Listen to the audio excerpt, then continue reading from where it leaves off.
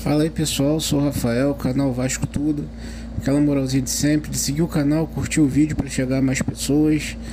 E, pois bem, estamos aí no processo de contratações que não vêm, né? A última foi o Rony, que uma parte da imprensa publicou que já estava acertado com o Vasco.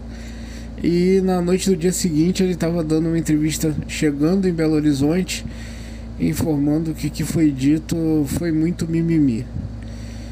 Mais uma atitude fraca e desqualificada por parte do executivo do Vasco. O Vasco não consegue contratar, o Vasco não consegue chegar no mercado e se impor, não consegue se tornar atrativo para os jogadores. Eu particularmente acreditava que a classificação para a Sul-Americana ia atrair alguns jogadores ali de segunda prateleira, né? Jogadores talvez de grandes clubes que não tivessem tendo tantas oportunidades nesses grandes clubes, ou jogadores, né, que jogam em times que não estão participando dessa competição e gostariam de ter oportunidade de participar, mas o Vasco não demonstra nenhum tipo de conhecimento de gestão e qualificação para montar um time competitivo. A gente segue aí com as mesmas deficiências, a gente segue tal qual meado de 2024, sem um reserva para o Verratti. A gente segue desde a contusão do David e do Adson. Então, nada foi feito. A gente teve a janela aí do meio do ano, que a gente esperava que para o Brasileiro Vasco se reforçaria, até para atender a demanda, né, principalmente do Adson, que o David já se machucou na reta final ali, então realmente foi muito complicado. Mas a gente contava aí com a contratação de alguém para atender a contusão do Adson, e me vieram de Jean Davi e Maxime Rodrigues. O Maxime Rodrigues é um jogador tecnicamente muito limitado, mas é um jogador muito participativo. Então acredito que numa equipe mais qualificada ele possa vir a ser aproveitado em alguns momentos. Na reta final de jogo, né, em que o Vasco precisa de repente se fechar, né, precisa dobrar a marcação, né, precisa de alguém com pulmão. Jean Davi não tem chance nenhuma de jogar no Vasco, né? Totalmente um nível abaixo do que a gente possa imaginar para uma Série A de futebol brasileiro. Então não tem possibilidade nenhuma de jogar no Vasco. E eu acho que está na hora da direção em si, reforçando, começar a pensar na retirada de alguns nomes aí desse grupo do Vasco. Já que a gente está tendo tantos problemas financeiros que isso possibilitam a contratação de jogadores aí de médio e grande porte, a gente precisa se livrar do Jean Davi. O Souza, muito fraco. E para jogar o Souza é melhor jogar um jogador da base, um garoto da base, que possa vir a ser aproveitado, né? O Luiz Gustavo, que possa vir a ser aproveitado e futuramente negociado.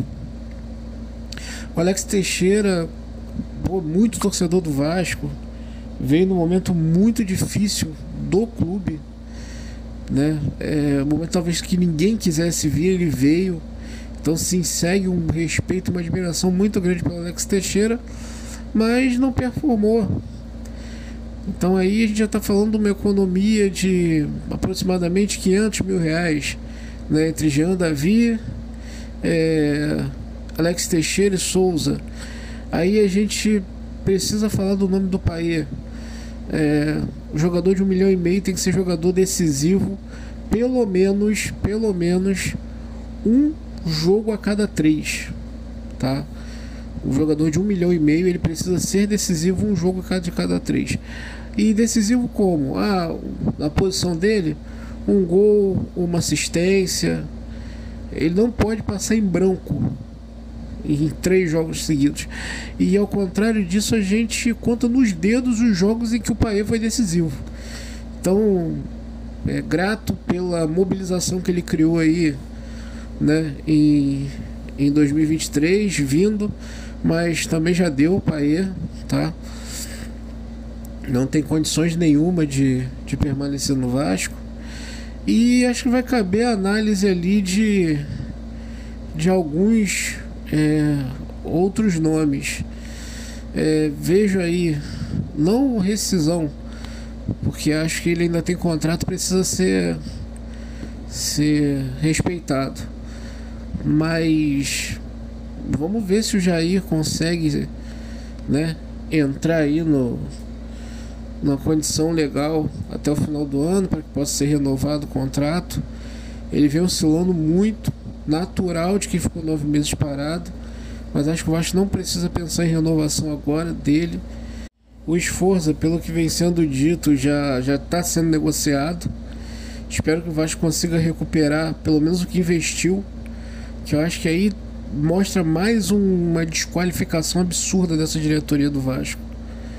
O Vasco comprou o Orediano, vendeu por um valor que foi a metade do que o Vasco investiu.